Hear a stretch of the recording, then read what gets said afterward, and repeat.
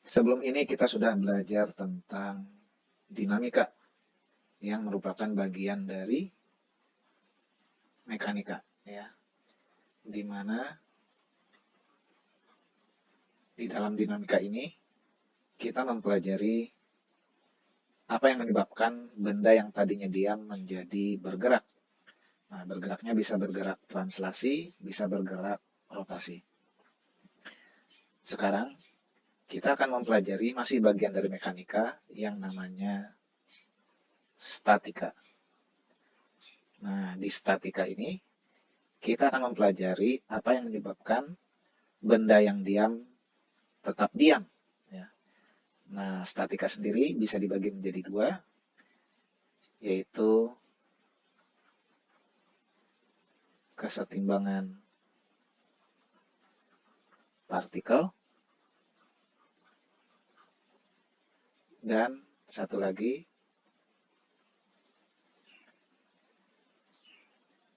kesetimbangan benda tegar.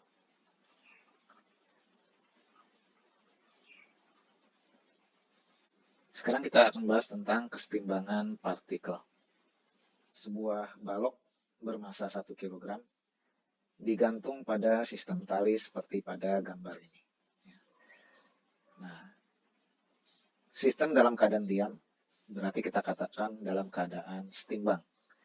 Di sini terjadi kesetimbangan. Nah, kita fokus ke titik yang di tengah,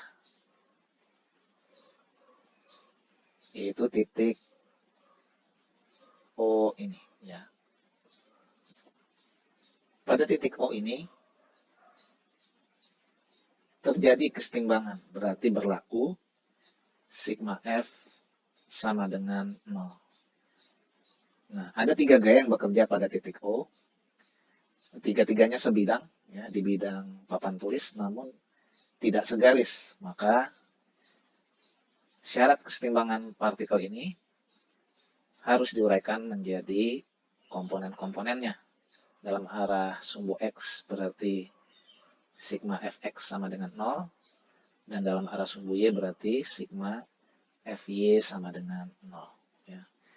Nah, berarti kalau misalkan kita diminta untuk mencari berapa besar tegangan dari masing-masing tali ini, berarti kita harus menguraikan tali-tali yang tidak terletak dalam arah sumbu X dan sumbu Y menjadi komponen-komponennya. Nah, kita lihat di sini, T1 sudah dalam arah sumbu Y, tapi T2 dan T3 ini yang harus diuraikan menurut komponennya dalam arah sumbu X dan sumbu Y. Nah, berarti T2 harus kita uraikan menjadi T2X yang ini dan T2Y yang ini. Demikian juga T3 ini harus kita uraikan menjadi T3X yang ini dan T3Y yang ini. Ya, balok beban ini bermassa 1 kg, berarti dia memiliki berat yang sama dengan massa kali percepatan gravitasi, berarti 1 kali 10 ini sama dengan 10 Newton.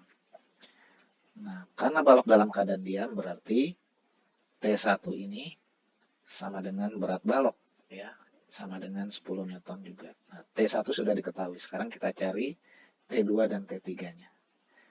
Nah, kita terapkan syarat kesetimbangan partikel dalam arah sumbu X, berarti sigma Fx sama dengan 0. Dalam arah sumbu X ada 2 gaya yang bekerja, yaitu T2X dan T3X. Ya. T2X yang ke kanan kita beri tanda positif, T3X yang ke kiri kita beri tanda negatif. Kita masukkan T2X ini sama dengan T2 dikali sin 53 derajat. Ya. Sedangkan T3Y ini sama dengan T3 dikali sin dari 37 derajat.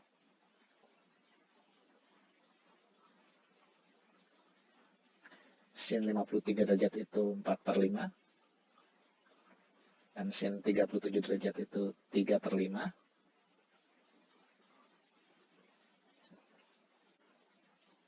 Semua suku kita kali 5, maka kita dapatkan 4T2 dikurang 3T3 sama dengan 0. Nah, ini adalah modal pertama kita untuk menyelesaikan persoalan. Kita beri nama persamaan 1. Kemudian,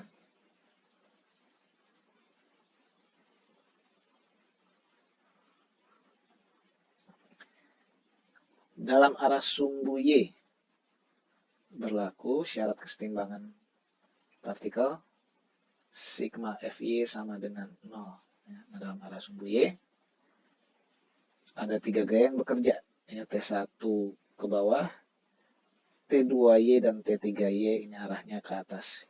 Nah, yang arahnya ke atas kita beri tanda positif, berarti T2Y tambah T3Y minus T1 sama dengan 0.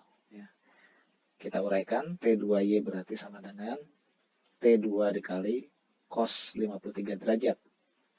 Berarti T2 kali cos 53 derajat tambah T3Y sama dengan T3 kali cos 37 derajat. Kita tuliskan T3 kali cos 37 derajat dikurang T1 sama dengan 0. Cos 53 derajat itu sama dengan 3/5. Dan cos 37 derajat itu sama dengan 4/5. Nah, T1-nya tadi 10 ya. 10 Newton sama dengan 0. Nah, semua suku kita kali 5. Berarti 3T2 tambah 4T3 sama dengan 50. Nah, inilah modal kita yang kedua. Ya. Baik, sampai di sini kita sudah punya 2 persamaan dengan 2 variabel, yaitu T2 dan T3. Berarti bisa kita selesaikan untuk menemukan jawabannya. Persamaan 1 kita kali 3, jadinya 12T2 dikurang 9T3 sama dengan 0. Persamaan 2 kita kali 4, jadinya 12T2 ditambah 16T3 sama dengan 200. Kita kurangkan, ini 0 tambah 25T3 sama dengan 200. Berarti T3 sama dengan 200/25 sama dengan 8.